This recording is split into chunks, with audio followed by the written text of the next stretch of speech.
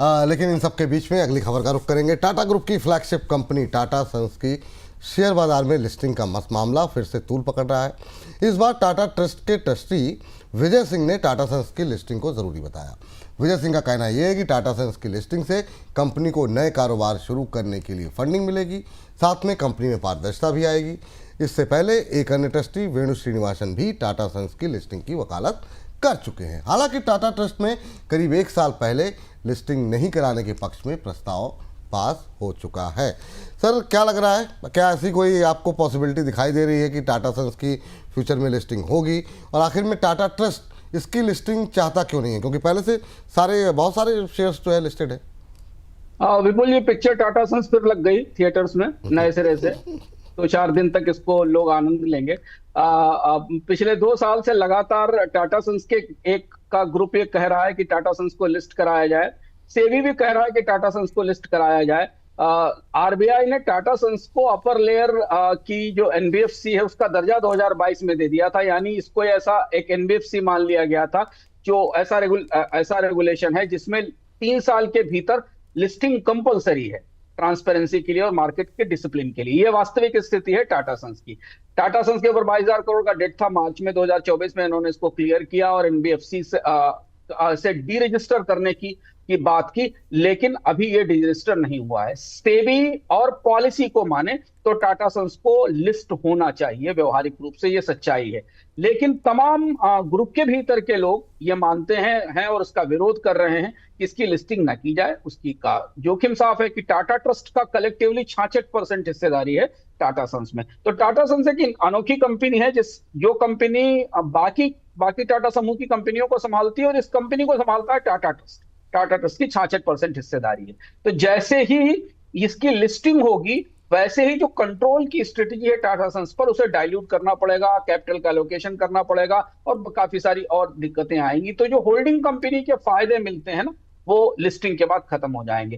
तमाम कोशिशों के बाद भी टाटा सन्स आरबीआई को ये एनबीएफसी का दर्जा देने से नहीं रोक पाया। तो अब जैसे जब टाटा सन्स के भीतर दोनों गुट के अंदर बोर्ड में विवाद शुरू होता है, एक पक्ष इसकी लिस्टिंग की मांग करता है, जैसे कि एसपी ग्रुप है जिसके साथ टाटा सन्स का पुराना विवाद है। करीब 18.37% स्टेक है एसपी ग्रुप का टाटा सन्स में।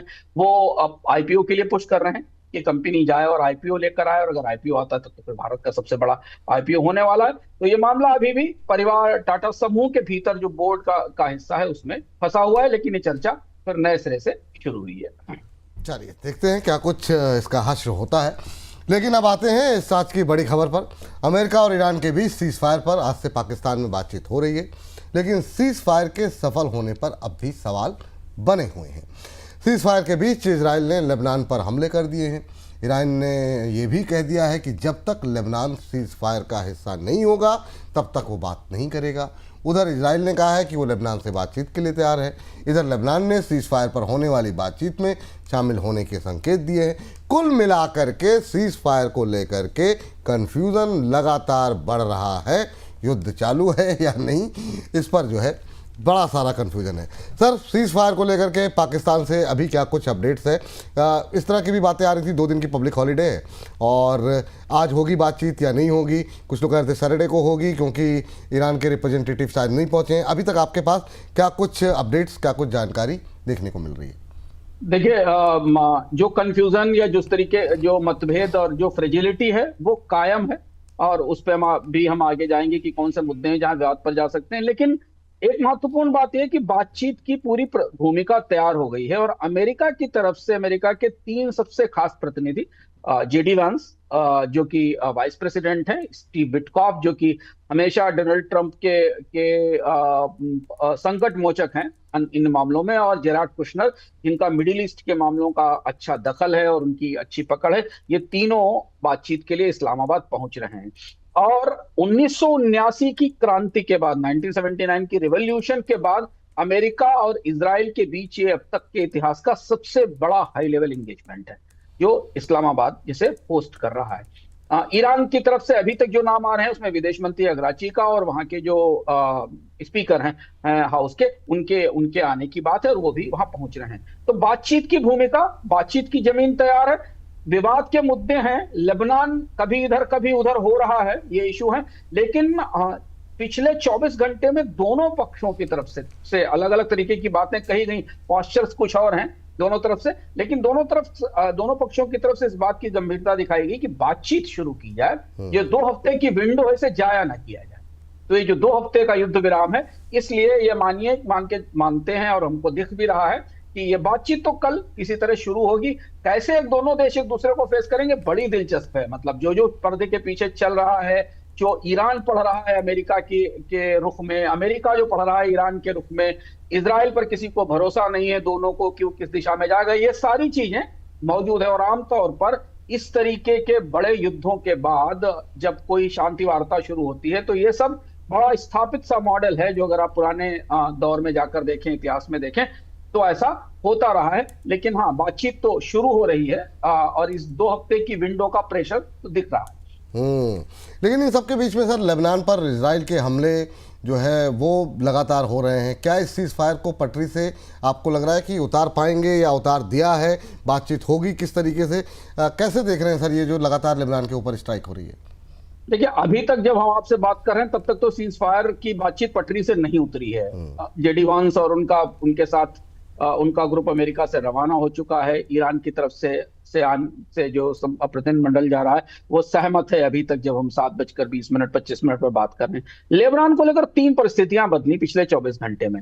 पहला जब सीज फायर की घोषणा हुई, पाकिस्तान ने कहा इसमें लेबनान शामिल है, ईरान ने कहा इसमें, इजराइल ने कहा इसमें लेबनान शामिल नहीं है, और उसके बाद हमला किया। उसके 8-9 घंटे बाद अमेरिका ने यह कहा कि नहीं, लेबनान इसमें शामिल नहीं था। फिर उसके बाद ईरान ने होर्मुज रोकी और एक कहा कि हम बातचीत नहीं करेंगे। उसके बाद कल नेतन्याहू का एक बयान आया कि वो इजराइल और लेबनान के बीच में सीधी बातचीत चाहते हैं, इस शांति वार्ता का हिस्सा नहीं बनाना चाहते वो। तो लेबनान बातचीत का काम में आने को लाया जाए, ये बात तो इजराइल की तरफ से कही गई, लेकिन इस दायरे में होगी कि नहीं होगी स्पष्ट नहीं। इसके बाद फिर वापस हमले हुए। ईरान ने अपनी तरफ से एक अनिच्छा या स्केप्टिसिज्म शो किया है कि अगर लेबनान नहीं शामिल होता है तो बातचीत नहीं होगी। पर यही डिप्लोमेटिक मैनूवरिंग होती है विपुल जी, ऐसे मामलों में जहां आप कुछ ऐसे कठिन लक्ष्य रख दें कि जिसपे लोग ना पहुंच पाए और नीचे किसी चीज पर समझौता कर लिया जाए। जैसे कि आप बहुत लंबा टारगेट रखें और उसके बाद नीचे कुछ चीजें अचीव कर ली जाए। तो लेबनान के बारे में ईरान को भी अच्छी तरह से मालूम है कि लेबनान का मामला बिल्कुल केस बाहर है। इजराइल ने शर्त रखी थी कि बात हो सकती है अगर हिजबुल्लाह अपने को डिसआर्म करे, अपने हथियार डालने की बात करे, तो हो सकता है ये बातचीत के मेज पर अमेरिका ये लेकर जाए कि ठीक है, लेबनान के साथ बातचीत होगी, लेकिन ईरान हिजबुल्लाह को इस बात के लिए तैयार करे कि वो हमले नहीं करे वो आगे चलकर। तो ये इस तरीके के इफ और बट ऐसा होगा तो इस तरीके का होगा, ये सब फार्मूले कूटनीतिक चर्चाओं का हिस्सा होते हैं। तो लेबनान एक हिस्सा है, विवाद का बिंदु बना हुआ है। इसके अलावा अभी पिछले युद्ध विराम के बाद कोई ऐसा विषय नहीं है। होर्मुज को लेकर ईरान का स्टैंड आमतौर पर एक्सेप्ट कर लिया अमेरिका ने कि ठीक है, आप अपना चैनल खोलिए, वहां से निकालना शुरू करिए। यही से सिर्फ एक विषय आया है। अब इसमें देखना होगा कि ईरान इसे कितना रिजिड है। ईरान क्या इस लेबनान के मुद्दे पर पूरी वार्ताओं को पटरी से उतार देगा, उनको स्पाइक कर देगा, या वो लेबनान को बाहर रखकर जो वार्ताओं का बाकी एजेंडा है उस पर चर्चा करेगा, और यही इस्लामाबाद में दे। अब सर सवाल अगला ये है कि क्या आपको लग रहा है, किस बात की पॉसिबिलिटी है, क्या वाकई में ईरान और अमेरिका के बीच कोई एक राय बनती हुई दिखाई दे रही है? क्या इन सब के बीच में इजराइल का जो स्टैंड है, जिस तरीके से उनके स्टेटमेंट पाकिस्तान को लेकर के भी रहे कुछ एक, तो क्या इजराइल मान पाएगा क्या? देखिए, मैं एक दिलचस्प बात बताऊं आपको। कूटनीतिक वार्ताओं में आमतौर पर जो संकेत होते हैं वो बेहद महत्वपूर्ण होते हैं, और इसीलिए कूटनीति प्रचार की, पब्लिसिटी की या कैमरों की चीज नहीं होती। जैसे एक महत्वपूर्ण चीज देखिए, जिन 3 लोगों को अमेरिका ने इस डेलीगेशन में भेजा है वो अपने आप में अभी तक का सबसे ऑनेस्ट सिग्नल है। जेडी वांस जो इस डेलीगेशन को लीड कर रहे हैं, 28 फरवरी से पहले तक वो अमेरिका में ईरान पर हमला करने के सबसे बड़े विरोधी। स्पष्ट रूप से उन्होंने कहा था कि ये वार नहीं होना चाहिए, ये हमारे लिए हैंडल करना मुश्किल होगा। जैसे ही वार हुआ वो पीछे चले गए, और जो हॉकिश एक्सेस है और जो बाकी हॉकिश कैबिनेट है डोनाल्ड ट्रंप की, वो आगे आ गई। अब जेडी वांस 1 महीने से आपको नहीं दिखाई दिए कहीं, अब वो वापस इसमें सामने आए और वो इस डेलीगेशन को लीड कर रहे हैं, जो मॉडरेट माने जाते हैं ट्रंप के एडमिनिस्ट्रेशन में, जो इस वार के पक्ष में नहीं थे। तो एक तरह से उनको ये जिम्मेदारी दे दी गई है कि भाई 1 महीने पहले तक तुम इस वार का विरोध कर रहे थे, तो चलो इसको खत्म कराओ बैठ के वहां बाहर। दूसरा, विटकॉफ को भेजा गया, हेक्सेथ या कोई दूसरा हॉकिश नहीं भेजा गया। विटकॉफ जो है वो बड़े नेगोशिएटर माने जाते हैं। ओमान की जो वार्ताएं युद्ध के बीच में हुई थी, विटकॉफ उसमें शामिल थे। और कृष्णर को भेजा गया है। कृष्णर को मिडिल ईस्ट के मामलों में काफी अच्छी विशेषज्ञता है। तो इन 3 चीजों से अमेरिका ने ग्लोबल डिप्लोमेसी में और ईरान को यह संकेत देने की कोशिश की है कि हम गंभीरता के साथ इस बातचीत में आगे आना चाहते हैं, और ईरान ये संकेत पढ़ने की कोशिश करेगा। दुनिया में बाकी जो डिप्लोमेटिक एक्सपर्ट हैं वो भी इसे पढ़ने की कोशिश कर रहे हैं। ईरान की तरफ से कौन आता है वो ये स्पष्ट, जो 2 नेता आ रहे हैं, ये स्पष्ट है कि उनके पीछे IRGC का सपोर्ट होगा, तब वो बातचीत कर सकते हैं। तो इतना भी शुरुआत के लिए बुरा नहीं माना जाता अगर हम इस तरह से माने। तो एजेंडा बहुत कॉम्प्लेक्स है, बहुत कॉम्प्लिकेटेड है। दोनों की डिमांड ज्यादा, खासतौर से ईरान को थोड़ी सी एज मिली है, तो ईरान की डिमांड है कि सारे अड्डे यहां से हटा दिए जाएं। अब हो सकता है अड्डे हटाने पर, जो अमेरिका के सैन्य को हटाने पर सहमति ना बने, पर कुछ किसी दूसरे और छोटे स्तर पर किसी चीज पर सहमति बन जाए, ये दिखाई देगा। लेकिन डोनाल्ड ट्रंप पर इस जंग को खत्म करने का जबरदस्त दबाव है, जबरदस्त दबाव है। और JD वांस अगर यहां से वापस एक डील लेकर लौटते हैं, वो डील युद्ध विराम को 2 महीने बढ़ाने की भी हो, तब भी एक पॉजिटिव सिग्नल है। अगर कोई डील लेकर लौटते हैं तो ये एक बड़ा डेवलपमेंट होगा। लेकिन सब कुछ बहुत फ्रेजाइल है। हम फिर भी कहते हैं कि इस तरीके की वार्ताएं किसी भी चीज से टूट सकती है। 24 घंटे में रात में कुछ और हो जाए और ये वार्ता टूट जाए ना इस्लामाबाद में, इसका खतरा हमेशा बना रहता है। लेकिन फाउंडेशन बड़ी फ्रेजाइल है, इसकी जो बुनियाद है वार्ताओं की, वो अभी मजबूत नहीं हुई है, क्योंकि दोनों देश एक दूसरे के सामने नहीं बैठे हैं। और पुराना इतिहास भी ये है कि अमेरिका और ईरान के जो युद्ध विराम की कोशिशें हैं वो लंबे समय में कामयाब नहीं होती। पिछले साल तो हमने देखा ही था, 8 महीने के युद्ध विराम के बाद दोबारा जंग हो गई थी। तो फिंगर्स क्रॉस्ड हैं, करीब से देखिए, निगाह रखिए। अगर आप निवेशक हैं, आप इन्वेस्ट करते हैं, छोटी छोटी खबरों को पकड़िए। जियोपॉलिटिक्स आपकी बैलेंस शीट में घुस गई है, आपकी इन्वेस्टमेंट में घुस गई है, तो उसको समझिए और ध्यान रखिए, ध्यान दीजिए। अगले 2-3 दिनों में थोड़ी और तस्वीर साफ होगी। जी।